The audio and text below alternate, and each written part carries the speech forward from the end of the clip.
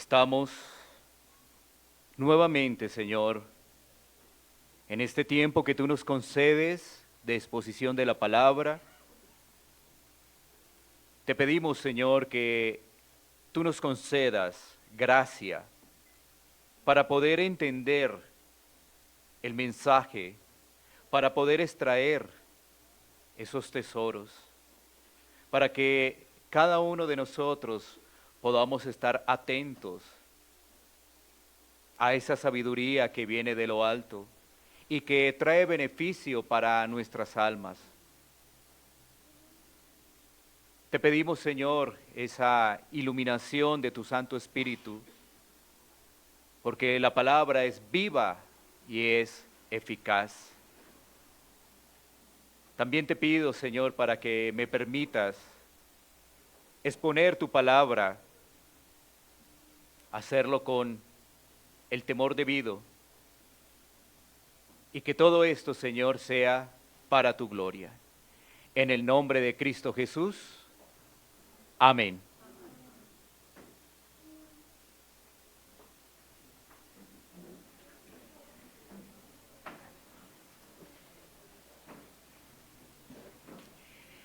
Queremos compartir con ustedes estos domingos una corta serie que se llama El privilegio de pertenecer a la Iglesia de Cristo. El privilegio de pertenecer a la Iglesia de Cristo. Será una corta serie. Hoy específicamente estaremos abordando qué es la iglesia. ¿Qué es la iglesia? A través del pasaje que ya se leyó, que es Mateo, capítulo 16, versículo 18. ¿Qué es la iglesia? Es lo que estaremos desarrollando en los siguientes minutos, no olvidando que es un privilegio pertenecer a la Iglesia de Cristo. Hoy en día, muchas personas que afirman creer en Cristo no tienen claridad de la iglesia, de cuál es su propósito y las bendiciones de la iglesia. Por eso, escuchamos expresiones como estas: creo en Dios, pero no creo en la iglesia. No me congrego porque en la iglesia lo que hay son hipócritas. No me congrego porque en la iglesia solo hay manipulación y fanáticos. Estos son mensajes que se leen sobre la iglesia y que muchos observan y también se contagian y contagian a otros. Y cuando se les habla de iglesia, estos se vuelven alérgicos a esa palabra. Ahora pasa también que cuando una persona está en la iglesia, ocurren ciertas situaciones y esa persona se va de la iglesia. Los motivos que esgrimen generalmente son que tuvieron un problema con alguien, que no se sintieron cómodos, que no experimentaron la presencia de Dios, que la doctrina está equivocada o que las personas no mostraron amor. Las preguntas para plantear para estas personas serían las siguientes: ¿entienden qué es iglesia? ¿Comprenden qué es una iglesia local? ¿Saben cuáles son las responsabilidades del miembro de la iglesia? ¿Cuáles son los privilegios de pertenecer a la iglesia? Sin duda, estas respuestas a la luz de las Escrituras posiblemente podrían hacer reflexionar a esas personas y ellos pensar de otra manera. Miremos algunas estadísticas. En Colombia hay más de 11,000 iglesias registradas. Sin embargo, de ese número de 11,000 iglesias registradas, sería bueno indagar, preguntar si las personas que hacen parte de esa iglesia saben cuál es su función y por qué son iglesia, ya que muchos pueden reunirse, pero no necesariamente son iglesia. Miremos otro ejemplo. China es el segundo país más poblado del mundo. El primero es la India. Y allí, en China, no existen cifras claras, exactas de iglesias y el número de cristianos. Sin embargo, el portal Puertas Abiertas, que tiene que ver con la persecución de cristianos en todo el mundo, afirma que la cifra puede estar alrededor de 97 millones de cristianos. Claro, esta cifra no es oficial, como lo hemos dicho, ya que el gobierno chino limita toda esa información y limita el congregarse a ciertas normas. Y más bien esta cifra ha sido sacada de las iglesias que se denominan en China sumergidas. Así se denominan en China. Estas son iglesias pequeñas que no dejan de reunirse y en muchas veces lo hacen en la clandestinidad. Ahora, ¿qué hace que estos creyentes en China quieran reunirse a pesar de las incomodidades, a pesar de la persecución y de las posibles consecuencias? ¿Será que muchas de estas personas entienden qué es iglesia? Bueno, el panorama entonces que vemos es variedad, estilos y formas de lo que se piensa que es iglesia. Pero todo esto se reduce a un problema, es que no se estudian las escrituras para saber qué es la iglesia, su propósito y el privilegio de pertenecer a la iglesia. Precisamente esta corta serie tiene como objetivo examinar a la luz de las escrituras lo que es la iglesia y las bendiciones de estar en la iglesia. Miremos en primera instancia el contexto de nuestro pasaje. Hay que mirar un poco ese contexto. Así que vamos a mirar del versículo 13 en adelante. Versículo 13 en adelante de Mateo 16. Dice la Escritura: viniendo Jesús a la región de Cesarea de Filipo, preguntó a sus discípulos diciendo: ¿quién dice los hombres que es el Hijo del Hombre? Ellos dijeron, unos, Juan el Bautista, otros, Elías, y otros, Jeremías, o alguno de los profetas. Versículo 15, él les dijo, ¿y vosotros quién decís que soy yo? Respondiendo Simón Pedro dijo, tú eres el Cristo, el Hijo del Dios viviente. Entonces le respondió Jesús, bienaventurado eres Simón, hijo de Jonás, porque no te lo reveló carne ni sangre, sino mi Padre que está en los cielos. Dejémoslo hasta ahí, porque después viene el versículo que vamos a seguir estudiando y analizando. Pero el contexto nos ayuda a entender las declaraciones que entrega Jesús en el versículo 18. Así que el contexto nos dice que Jesús tiene un momento especial con sus discípulos para dar a conocer la identidad a los suyos. Es decir, solo los que pertenecen a Él pueden llegar a comprender el profundo significado de Cristo, el Hijo de Dios viviente. Solamente los suyos. El texto entonces nos dice que Jesús les pregunta, ¿quién dicen los hombres que es el Hijo del Hombre? Esa expresión tiene que ver específicamente con la deidad de Cristo, esa expresión.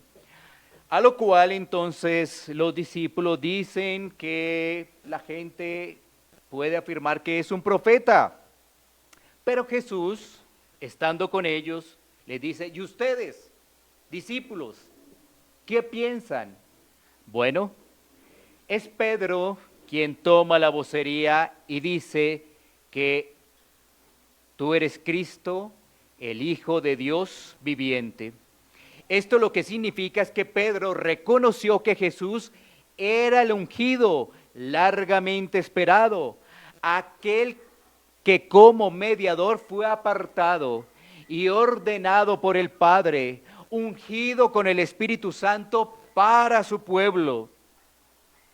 Y frente a esta respuesta de Pedro, Jesús es contundente para decir que esa declaración no tiene ningún mérito humano.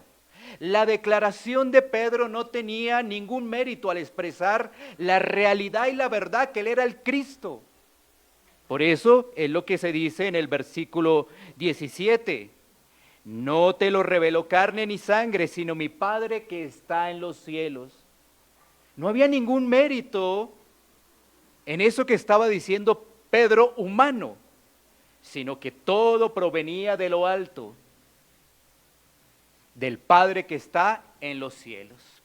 Esto nos permite una vez más decir que entender las Escrituras es obra de Dios, que la salvación es obra de Dios, que si vivimos para el Señor es Dios obrando en nuestras vidas y que todo es para su gloria, absolutamente todo.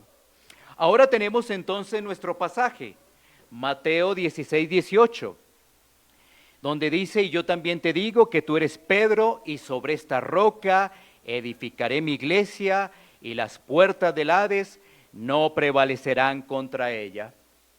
Este pasaje para algunos puede ser polémico, específicamente este versículo, porque la referencia se tiene con la iglesia romana. Y este versículo lo toman para expresar la sucesión papal. Este es el versículo clave de ellos para decir que hay sucesión papal.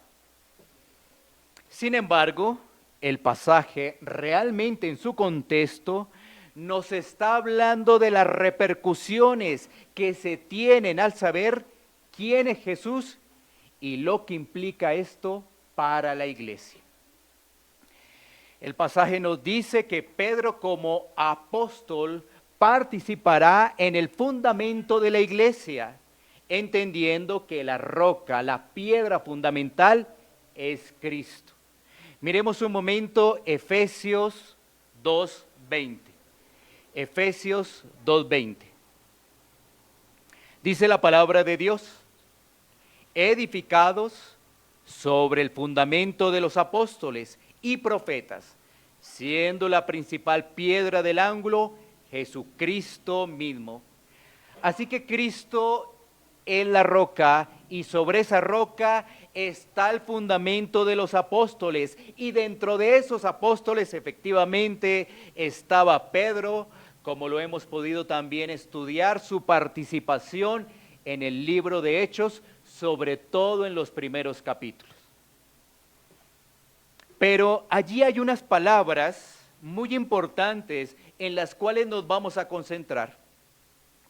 Nosotros no estamos tomando este pasaje para mirar el tema de la sucesión papal, no, sino para encontrar claridad de qué es la iglesia y sus beneficios. Así que allí encontramos declaraciones muy importantes de nuestro Señor Jesucristo. Y dice, por ejemplo, el versículo 18, y sobre esta roca edificaré mi iglesia.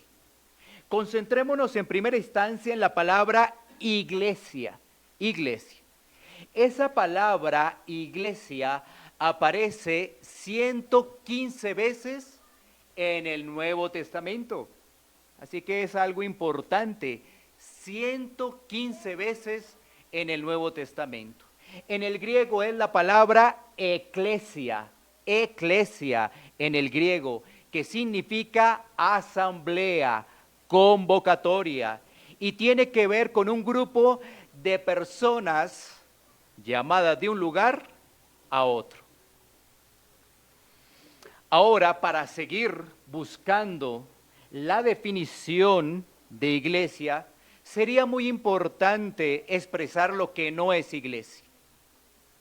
ya que se presenta mucha confusión. Así que vamos a mirar lo que no es iglesia. La iglesia no es un edificio.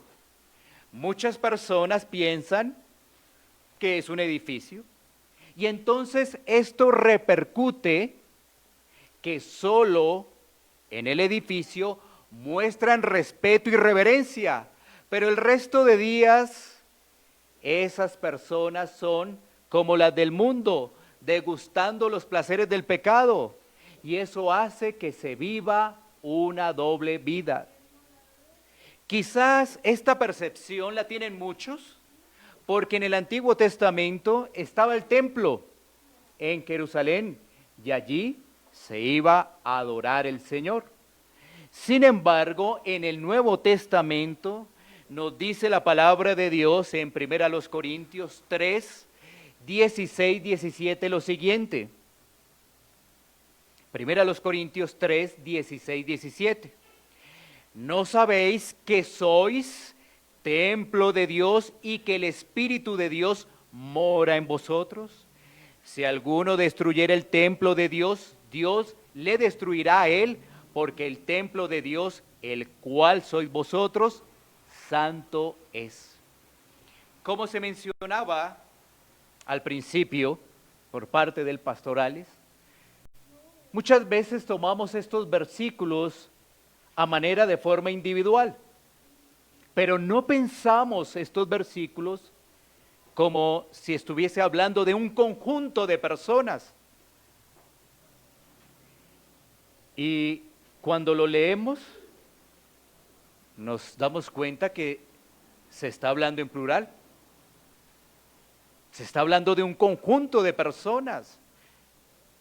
Entonces, claro, ahí también hay malinterpretaciones, porque muchas personas efectivamente ya entienden que la iglesia no es un edificio, no son las paredes, y dice, yo soy la iglesia. No, haces parte de la iglesia, que es diferente, si has creído en Cristo. Pero no entender los pasajes nos lleva a ¿qué? A malinterpretar y a presentar respuestas como las que dimos al principio, ¿no? O argumentaciones de que yo creo en Dios, pero no creo en la iglesia. Así que, una vez más, la iglesia no son las 4 paredes donde nos congregamos. Más bien, la iglesia se congrega en un local o en un edificio para adorar al Señor. ¿Sí? Nos congregamos en un local para adorar al Señor. La iglesia tampoco es un conjunto de actividades religiosas que se desarrollan en el día del Señor. Recordemos que la iglesia tiene que ver con miembros que desarrollan responsabilidades para la gloria de Dios los 7 días de la semana. Así que no hablamos de iglesia del conjunto de actividades religiosas en el día del Señor, ya que todos los días son para la gloria de Dios, aunque sabemos que hay un día especial. Tampoco la iglesia son los pastores. Esto es algo muy recurrente y el pensamiento de muchas personas. Los pastores hacemos parte de la iglesia, pero no somos los dueños de la iglesia. Cuando se piensa así, muchos de los congregantes piensan que la iglesia, al ser del pastor, ellos no se pueden meter en algún tipo de decisión. Ellos tampoco se involucran. Y eso hace que se pierdan los beneficios de ser parte de la iglesia local. Ahora, ¿esto por qué puede obedecer? Bueno, tú sabes que en Latinoamérica hay buena cantidad de personas que están inscritas a la iglesia romana. Y la iglesia romana sí tiene el Papa, que él ordena y que a él deben sujetarse todos, ¿cierto? Pero esa no es la figura que estamos observando en el Nuevo Testamento. Y este no es el gobierno de la iglesia bíblica Pan de Vida, tampoco, nada de eso. Así que Nosotros no somos los dueños de la iglesia. Miremos un pasaje que nos genera claridad precisamente sobre el particular y en Romanos capítulo 15, versículo 14. Romanos 15, 14. Dice allí el apóstol Pablo: pero estoy seguro de vosotros, hermanos míos, de que vosotros mismos estáis llenos de bondad, llenos de todo conocimiento, de tal manera que podéis amonestaros los unos a los otros.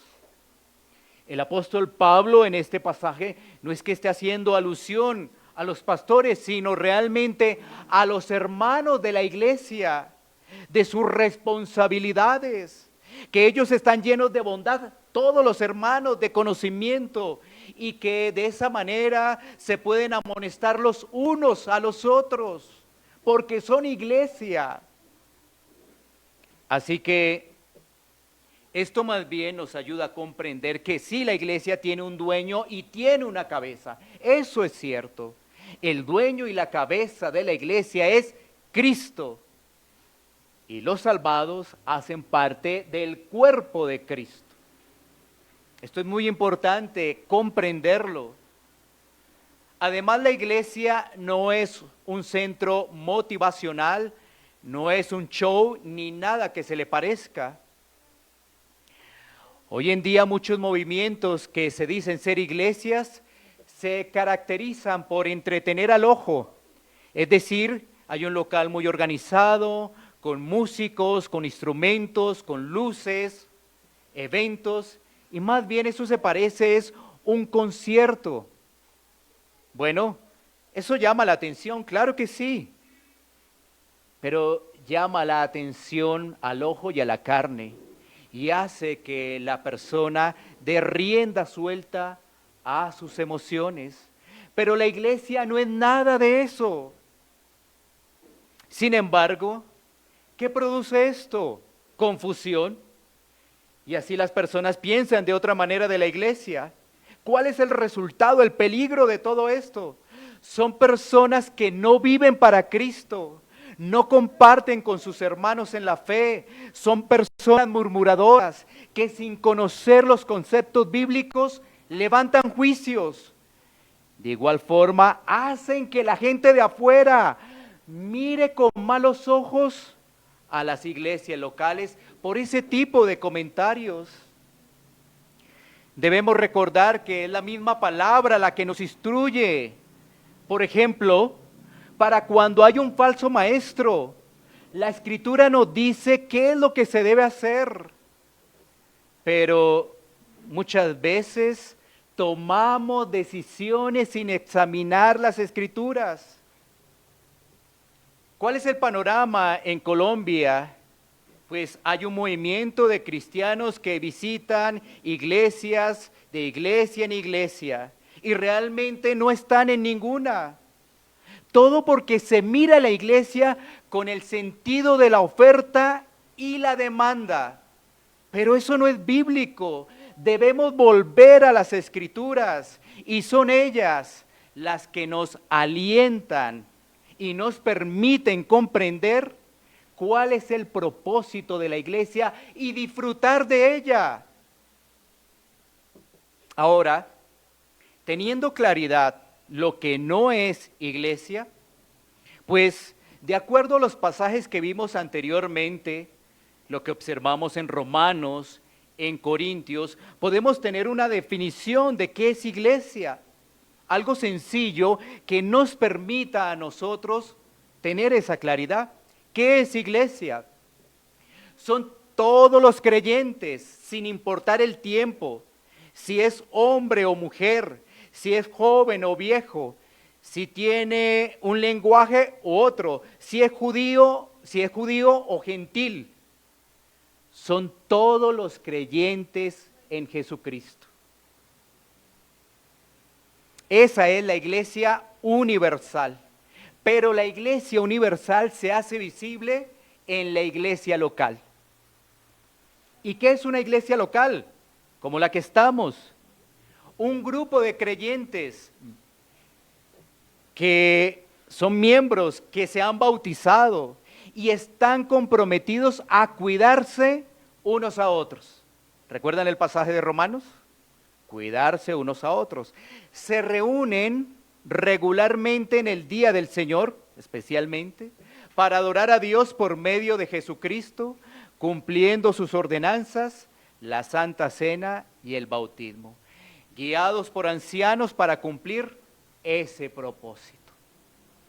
Así que tenemos la iglesia como tal, que es la iglesia universal, para darle ese término, que son todos los creyentes de todos los tiempos, pero también tenemos la iglesia local, un grupo de creyentes que se cuida mutuamente, guiados por ancianos, para darle la gloria al Señor, cumpliendo las ordenanzas que están establecidas en el Nuevo Testamento. Y miremos un ejemplo de iglesia local en Gálatas 1:1-2. Gálatas 1:1-2. Dice allí la palabra de Dios: Pablo, apóstol, no de hombres, ni por hombres, sino por Jesucristo y por Dios el Padre, que lo resucitó de los muertos, y todos los hermanos que están conmigo, a las iglesias de Galacia. Aquí vemos un pasaje que hace referencia a las iglesias locales, cuando Pablo está saludando y dice a las iglesias, plural, de Galacia. Estas son iglesias locales. Esta es una iglesia local. Pan de Vida es una iglesia local. Sigamos con nuestro pasaje central y sigamos meditando en algunas palabras que aparecen allí. Ya vimos la palabra iglesia, ¿cierto? Y ya pues logramos definir de una manera muy rápida qué es iglesia. Todos los creyentes a través de la historia, los que han depositado su fe en Jesucristo, algo sencillo, y también hemos visto lo que significa la iglesia local. Entonces, dice el pasaje, y sobre esta roca edificaré mi iglesia. Fíjate que ya aparecen allí otras palabras que debemos revisar. Edificaré. Y la otra palabra es mi. Cuando estamos hablando de edificar, tiene el sentido de construcción, haciendo referencia a la vida espiritual. Es decir, Cristo obrando como el arquitecto perfecto en nuestras vidas para que lleguemos a la meta final. Por eso, Él dice, y sobre esta roca edificaré. Está hablando allí en ese sentido, en una referencia espiritual, como ese arquitecto que obra en los creyentes para que ellos puedan llegar a la meta final. Pero ustedes también observan que allí aparece un pronombre posesivo, que es mi. En el griego es ego. Eso es en el griego, ego, ese mi. ¿Qué implica esto? Bueno, algunas cosas que podemos destacar. Uno, que la iglesia fue comprada por precio santo. Primero los Corintios 6:20 nos dice, porque habéis sido comprados por precio, glorificad pues a Dios en vuestro cuerpo y en vuestro espíritu, los cuales son de Dios. Cristo compró la iglesia. Él es el dueño. ¿Cuál fue el precio? El derramamiento de su preciosa sangre. Y ahora, gracias a ello, nosotros somos su cuerpo y como tal nos sujetamos a la cabeza. Entonces, Él compra la iglesia, el precio es precio de sangre y ahora nosotros nos sujetamos a Él porque Él es la cabeza. ¿Cierto? Efesios 5:24 nos lo recuerda. Así que, como la iglesia está sujeta a Cristo, así también las casadas lo estén a sus maridos en todo. Así que ese grupo de creyentes salvados están sujetos y obedecen a Cristo, lo que está estipulado en la palabra de Dios. Son obedientes a la palabra. Pero también la iglesia, como tiene dueño, es sujeta, representa a Cristo ante la sociedad. ¿Ves? Tenemos un dueño, somos sujetos a ese dueño y como le obedecemos, ahora se nos ha encargado de representarlo a él ante la sociedad. Primera de Pedro 2:9 nos dice lo siguiente. Primera de Pedro 2:9 dice: mas vosotros sois linaje escogido, real sacerdocio, nación santa, pueblo adquirido por Dios, para que anunciéis las virtudes de aquel que os llamó de las tinieblas a su luz admirable. Mira que cuando observamos estos pasajes en los cuales venimos meditando, se le está hablando a un grupo de personas. No es que se le esté hablando de forma individual. No, mas vosotros sois linaje escogido. ¿Quién? Los redimidos. ¿Quién? El cuerpo de Cristo. ¿Quién? La iglesia. La iglesia de nuestro Señor Jesucristo. Y ahora tiene una labor muy especial, muy hermosa, que es representar a Cristo aquí en la tierra. Es la iglesia, nosotros. Y así ha sido a través de la historia, porque cuando hablamos de la iglesia universal, estamos hablando de los creyentes de todos los tiempos. Así que, ¿qué anunciamos? Pues la obra de Cristo a través de la palabra, por medio del desarrollo de nuestros dones en nuestra iglesia local y la forma como tratamos a los demás.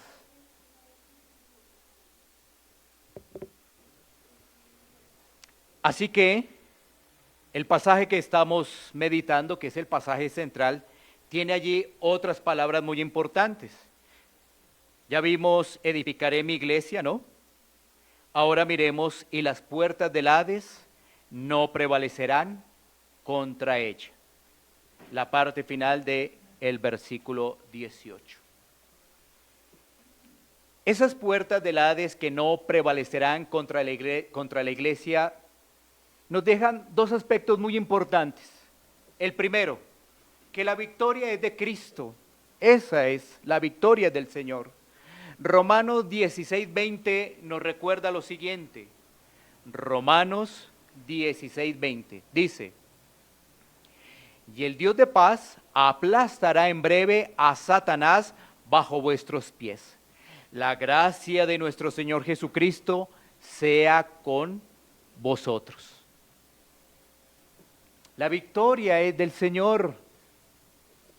Él pagó por su iglesia. Nada impide esa victoria de Cristo. ¿Qué quiere decir eso? Que ninguno se perderá. Y aunque se presenten pruebas, hay consuelo en Cristo. Qué hermosas declaraciones para la iglesia, ¿no? Y las puertas del Hades no prevalecerán contra ella. Esto es hermoso, esto es seguridad, porque si estoy en Cristo estoy seguro.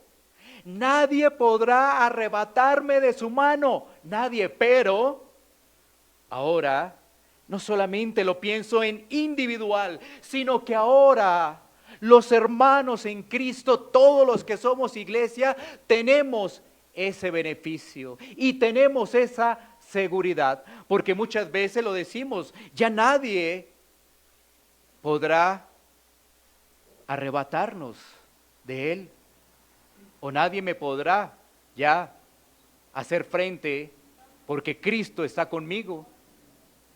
Pero también nos damos cuenta de la importancia de pensar como iglesia, como grupo de hermanos, no solamente individual, sino también ahora en plural. Y como decíamos, se van a presentar pruebas y luchas. pero el Señor es nuestra esperanza.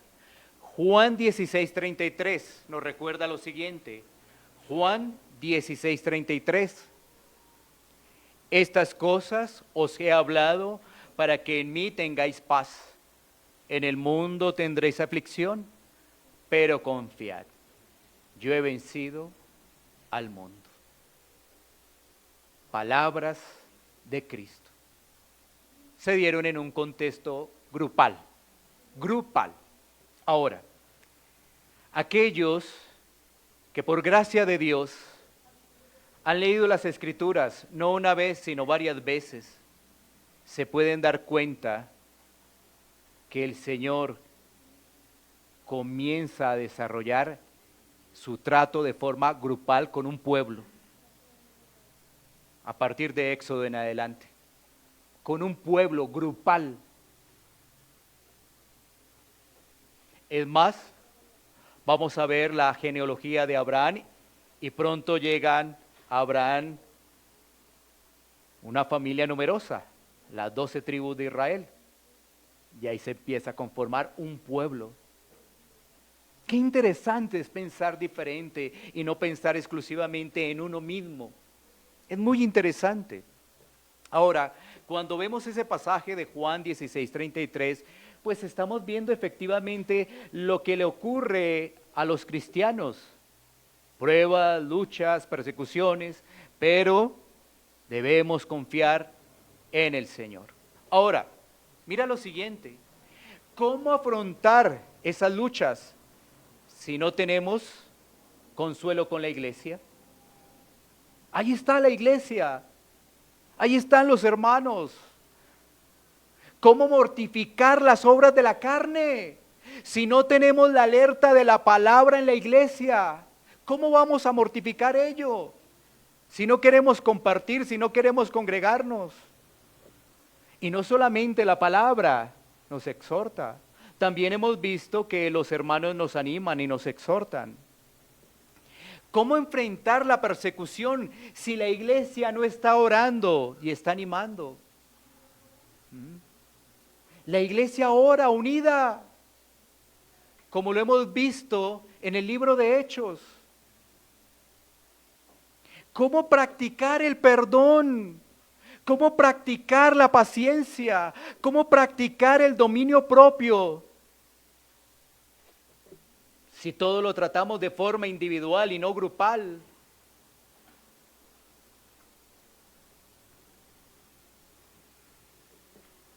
¿Cómo también nos vamos a preparar para adorar al Señor por los siglos de los siglos en la eternidad? Cuando tú estás leyendo el libro de Apocalipsis te encuentras que estaban adorando en comunidad, los salvos, los del Cordero. Esto no es un tema individual. Hay que también señalar lo siguiente. En esta tierra no hay iglesias perfectas, no las hay. Pero sí sabemos que las iglesias, la comunidad de hermanos, son una bendición. Entonces, este pasaje, ¿qué nos permite clarificar? Entrando ya como a la recta final. Que la iglesia es el conjunto de salvos en la historia. Que la iglesia universal se hace visible en la iglesia local. Que Cristo edifica su iglesia. Entonces, como es de su propiedad la iglesia, somos beneficiados nosotros. Él fue el que lo hizo. Ninguno de nosotros pagó por la iglesia absolutamente nada. Somos más bien beneficiarios y nos beneficiamos con la instrucción que se nos entrega por medio de la palabra, pero también en la edificación con los hermanos. Pero estamos comprendiendo que tenemos responsabilidades y dentro de esas responsabilidades es que somos la imagen de Cristo aquí en la tierra. También hemos visto que en medio de las pruebas, nuestra esperanza es el Señor. Y somos alentados, somos consolados en la iglesia, el grupo de hermanos. Entonces, aquellas personas que no entienden lo que es la iglesia, viven desorientados, desubicados, el individualismo y el orgullo les acompaña. Y esto les hace perder la bendición de participar en la iglesia. Aunque algunos pueden asistir, saborear un poco de lo que es la iglesia, realmente no se involucran, porque su agenda es personal, sus sueños personales, todo es personal, no se involucran, no le interesan los demás. Pero vuelvo y reitero, aquellos que por pura gracia de Dios han leído las Escrituras varias veces, van a comprender la necesidad que tenemos de estar grupalmente como hermanos en Cristo y no individualmente. Por eso decía, algunos pueden asistir, pero realmente no se involucran y no participan de esa bendición. Y aquí tenemos una advertencia, y es la siguiente: es que una persona difícilmente, por el testimonio de la Biblia, por el testimonio de las Escrituras, puede decir que es cristiana y no ser parte de una iglesia local. Estoy trayendo las Escrituras para afirmar lo que estoy diciendo en esta advertencia. Difícilmente esa persona puede decir que es cristiana cuando no hace parte de la iglesia local. También, como advertencia, la persona debería discernir si los cambios de iglesia son pertinentes, ya que esa figura no es una prioridad en las Escrituras, es decir, que el miembro se va de la iglesia, no. Por ejemplo, cuando hay mala doctrina, ya sabemos qué es lo que hace la iglesia con los falsos maestros. ¿Sí? Pero vuelvo y reitero, por eso en la introducción dije, aquí en Colombia hay más de 11,000 iglesias, todo es oferta y demanda.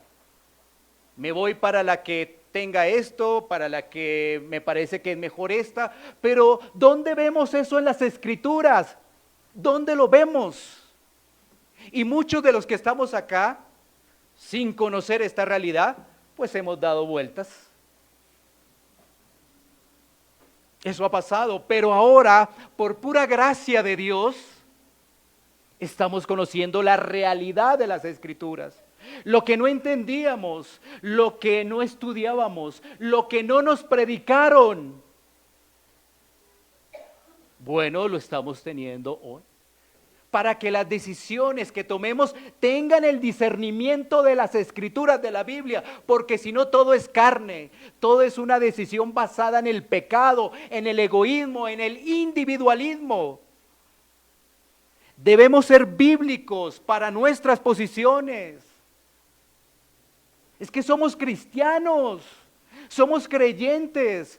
Entonces, nuestras decisiones son conforme a las Escrituras, no conforme al vaivén del mundo y lo que nos ofrece el mundo y las ofertas del mundo y los sueños del mundo.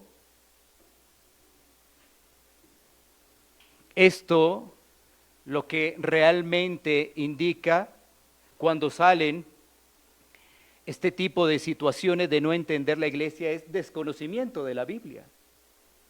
Ahora, después de la advertencia, miremos un énfasis en los beneficios.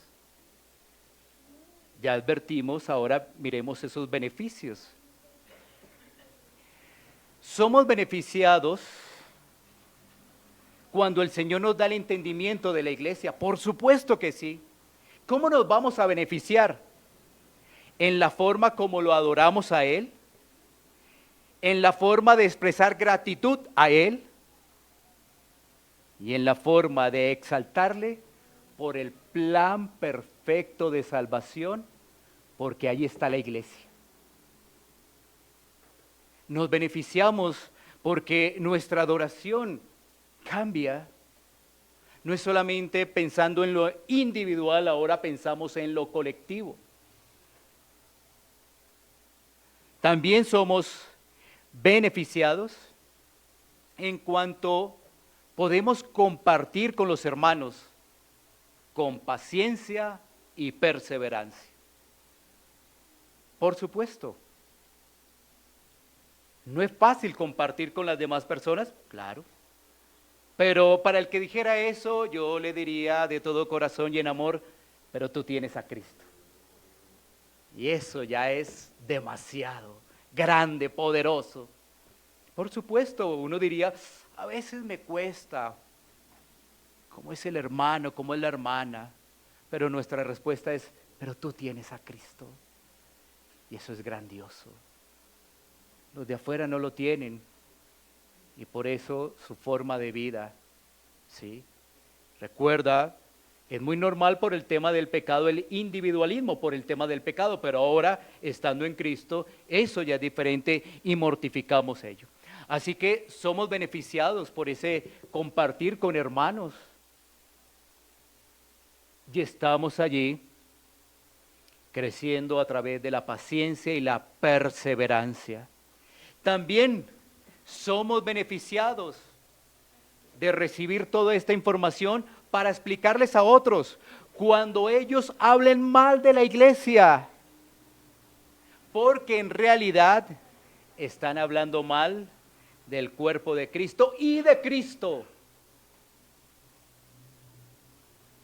Por ello todo cambia cuando se nos explica, cuando vamos a la luz de las Escrituras. Aún uno podría decir, y bueno, ya hablamos de los falsos maestros y los falsos creyentes también. Por supuesto que hay instrucciones en la Biblia qué hacer con ellos, qué hacer con los falsos maestros, con los falsos creyentes. Claro que sí que hay instrucción. Pero eso no indica que recibamos un beneficio y que le expliquemos a las personas que hablan mal de la iglesia, porque no solamente están hablando mal del cuerpo, sino también están hablando mal de la cabeza.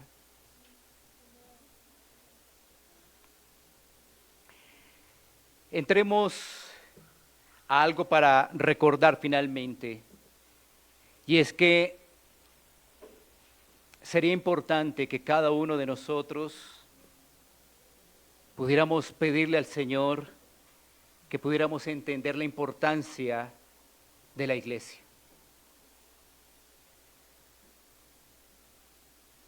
Que le pudiéramos pedir en amor al Señor la importancia de la iglesia. Porque como decimos, hay tantas versiones, hay tantas cosas que eso genera es un montón de confusión. Y aquí en esta parte, por supuesto que ya tiene que ser un poco más aplicativa, pues hay dos llamados. Uno, para los miembros de la iglesia bíblica Pan de Vida, hay miembros, para que ellos puedan crecer en este entendimiento y ellos tengan claridad de lo que es iglesia.